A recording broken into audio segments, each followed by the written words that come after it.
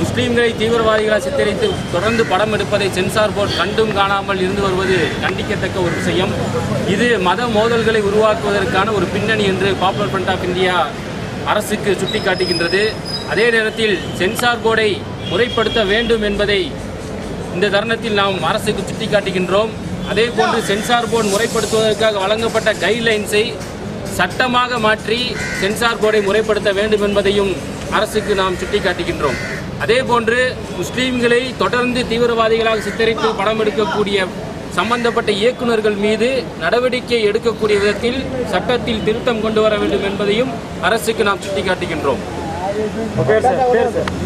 Khalid Mohammed, popular front of இந்தியாவின் general secretary. படத்தை வந்து இஸ்லாமிய போட்டு காட்டுறாங்க திரையிடுவாங்க. இப்போ அந்த கொள்கைகள் எப்படி இருக்கீங்க? உங்களுக்கு போட்டு காட்ட பற்றி அவங்க சொல்லியிருக்காங்க. விஸ்வரூபம் படம் சம்பந்தமாக தொடர்ந்து அவரிடம் பேச்சுவார்த்தை நடத்தியதில் அதை போட்டு காண்பிக்காமல் திரையிடப்படாது என்பதை வாக்குறுதியாகவே அளித்திருந்தார். அதன் அடிப்படையில் இன்றைய தினம் கூட்டமைப்பிற்கு கமல் போட்டு காட்டுவதாக தெரிவித்திருக்கின்றார். அதன்படி இன்று இரவு எங்களுடைய கூட்டமைப்பிற்கு முஸ்லீம் அமைப்புகள் சேர்ந்து நடத்தக்கூடிய கூட்டமைப்புக்கு படம் திரையிட காட்டப்படுகின்றது. எத்தனை மணிக்கு எந்த இடம்? 8 மணிக்கு எந்த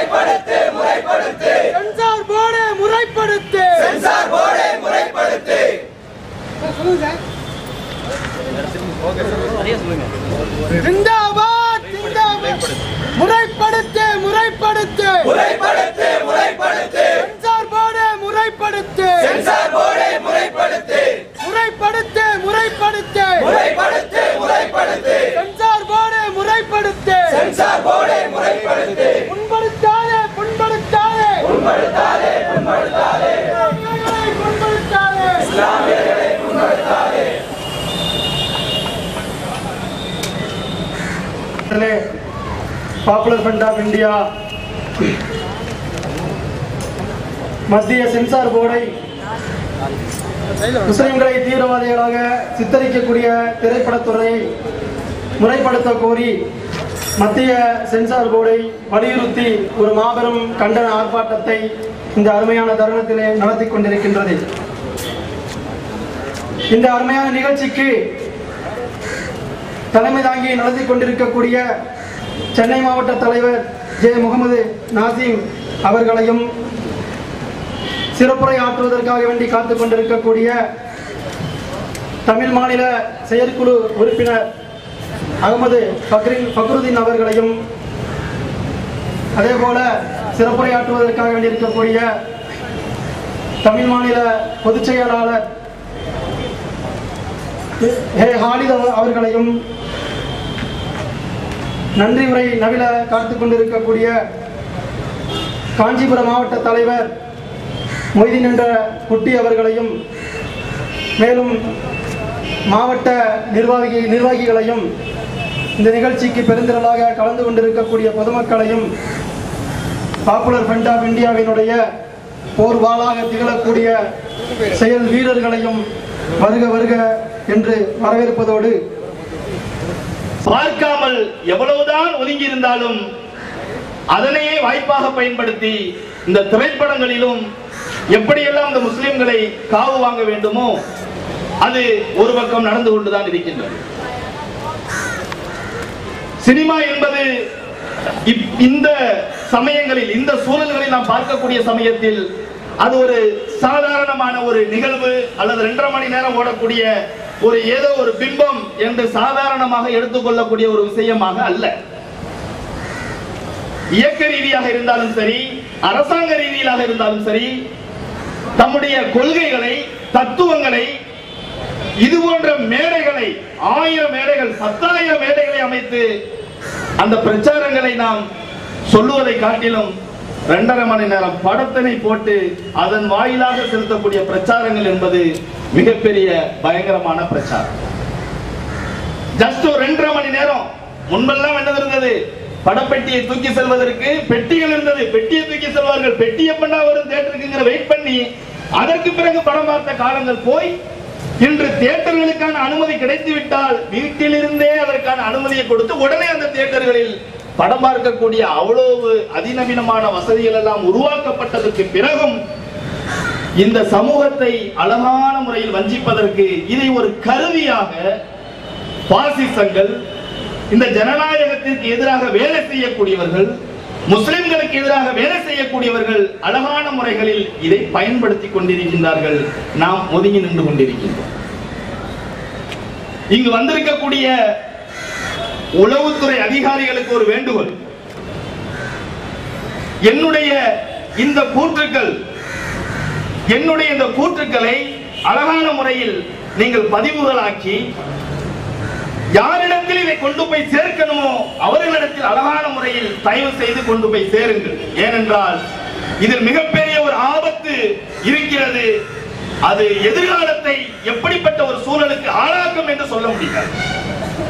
அவ்வாறு ஆளாக்கப்படக்கூடிய சமயத்தில் இந்த நாடும் நாட்டை ஆண்டு கொண்டிருப்பவர்களும் இந்த நாட்டை பாதுகாத்துக் கொண்டிருப்பவர்களும் காவல்துறைகளும் ராணுவமும் உளவுத்துறையும் அந்த சமயத்தில் கவலைப்படுவதை காட்டிலும் இப்பொழுதே அந்த கவலைகளுக்கு நீங்கள் ஆட்பட வேண்டும். அதை பற்றி உண்டான இன்னொரு மறைமுகமான அந்த ஆபத்து உங்களுக்கு தெரியுதோ தெரியலையோ, ஆனால் எனக்கு தெரிகிறது, எனது சமூகத்திற்கு தெரிகிறது. அதனுடைய உணர்வுகளை சமூகத்தினுடைய பிரதிநிதிகளாக நான் இங்கு பகிர்ந்து கொள்ளக்கூடிய ஒரு சில சம்பவங்களை நான் உங்களுக்கு முன்னால் எடுத்துக்கொள்ள ஆசைப்படுகிறேன். ஏனென்றால் சினிமா என்ற தாக்கம் என்பது சாதாரண தாக்கம் அல்ல. ஒரு காலம் இருந்தது. எப்படி எல்லாம் இருந்தது தெரியுமா அந்த சினிமா தாக்கம்? எம்ஜிஆர் ஒரு படத்தில் இறந்து விட்டார் என்றால் உண்மையிலேயே இறந்து விட்டார் என்று கிராமங்களில் இருக்கக்கூடிய மூதாதையர்கள் அழுது கொண்டிருந்த சம்பவங்கள் உண்டு. உண்மையிலேயே இறந்து போயிட்டாரோ அப்படி. அந்த எம்ஜிஆரை சாகடித்தது நம்பியார் என்று இருந்தால் நம்பியார் அந்த இறந்து போக காட்டிலும் நம்பியார் தான் இல்லை. அது போன்ற காலங்கள் இருந்தது. இதனுடைய தாக்கம் என்பது சாதாரண தாக்கம் அல்ல. இதனுடைய இந்த எஃபெக்ட், இதனுடைய தாக்கம் என்பது சாதாரண தாக்கம் அல்ல. அவன் அந்த காட்சிகளை பார்ப்பதோடு மட்டுமல்லாமல் அதனை தம் உள்ளங்களில் உள்வாங்கிக் கொண்டிருக்கிறான். ஒரு சில இடங்களில் அதனாகவே மாறிக்கொண்டிருக்கிறான். இன்னைக்கு பல சம்பவங்களை நம்ம பார்க்கலாம். எடுத்துக்காட்டுக்கு இப்போ தற்பொழுது நடந்த ஒரு சம்பவம் என்ன? பாண்டிச்சேரியில் இருக்கக்கூடிய ஒரு மாணவியின் முகத்தின் மீது ஆசிட்டை ஊத்தினா தெரியுமா? இன்னும் அந்த பெண்மணி ஆஸ்பத்திரியில் இருக்கு. அந்த ஆசிட்டை ஊற்றியவன் அது என்னடா உன்னுடைய தாக்கம் எப்படி உனக்கு இந்த மூளை வேலை செஞ்சிச்சு? வழக்கு எண் என்று சொல்லக்கூடிய சமீபத்தில் ஒரு படத்தை நான் பார்த்தேன்.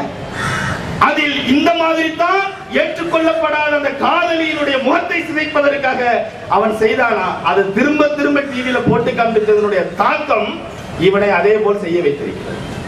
சென்சார் போர்டு, இந்த சினிமா துறை, இந்த திரைப்படத்துறை அவர்களை காட்டிலும் கேவலமாக போய்விட்டது. விலங்குகளை காட்டிலுமா கேவலமாக போய்விட்டது இந்த முஸ்லிம் சமூகம்.